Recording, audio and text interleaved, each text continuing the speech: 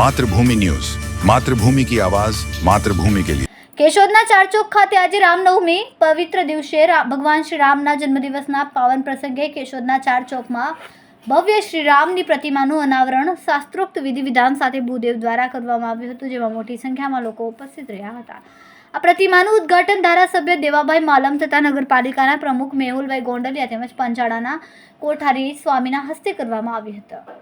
ત્યારે લોકોએ આ ક્ષણને તળીઓના ગડગડાટ અને જય શ્રી રામના નારાથી વધાવી હતી અને આ સમયે ભવ્ય આતિશબાજી પણ કરી હતી. ત્યારે કેશોદના ચારચોકમાં રામ પધાર્યાની ક્ષણોને ફૂલોથી વધાવી અને શહેરમાં દિવાળી જેવો માહોલ સર્જાયો અને લોકોએ ઉમંગ અને ઉત્સાહ સાથે ભગવાનની પ્રતિમાનું અનાવરણ કર્યું હતું. તો બીજી તરફ શહેરના ચારચોકમાં આવેલા રામ મંદિર ખાતે આજે બપોરના 12 વાગે એક મહાઆરતીનું પણ ભવ્ય આયોજન કરવામાં આવ્યું અને બપોર બાદ સૌરાષ્ટ્રથી સૌથી વિશાળ શોભાયાત્રા પણ ભગવાન શ્રી રામ નીકળવાની છે, જેમાં પણ મોટી સંખ્યામાં ઉપસ્થિત રહેવાનું હતું.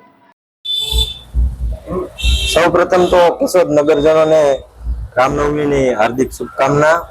સાથોસાથ આજરોજ કેશોદ ચારચોક ખાતે ભગવાન શ્રી રામનું ઊંચી 15 ફૂટ ઊંચી પ્રતિમાનું અનાવરણ માનનીય ધારાસભ્ય શ્રી દેવાભાઈ માલમ, પંચાળાના સ્વામીશ્રી તથા સૌ સનાતની હિન્દુ ભાઈઓ તથા બહેનોની હાજરીમાં કરવામાં આવેલ છે. અને બપોરે 3:30 કલાક વિશ્વ હિન્દુ પરિષદ અને બજરંગ દળ દ્વારા ભવ્યથી ભવ્ય શોભાયાત્રાનું પણ આયોજન કરેલ છે.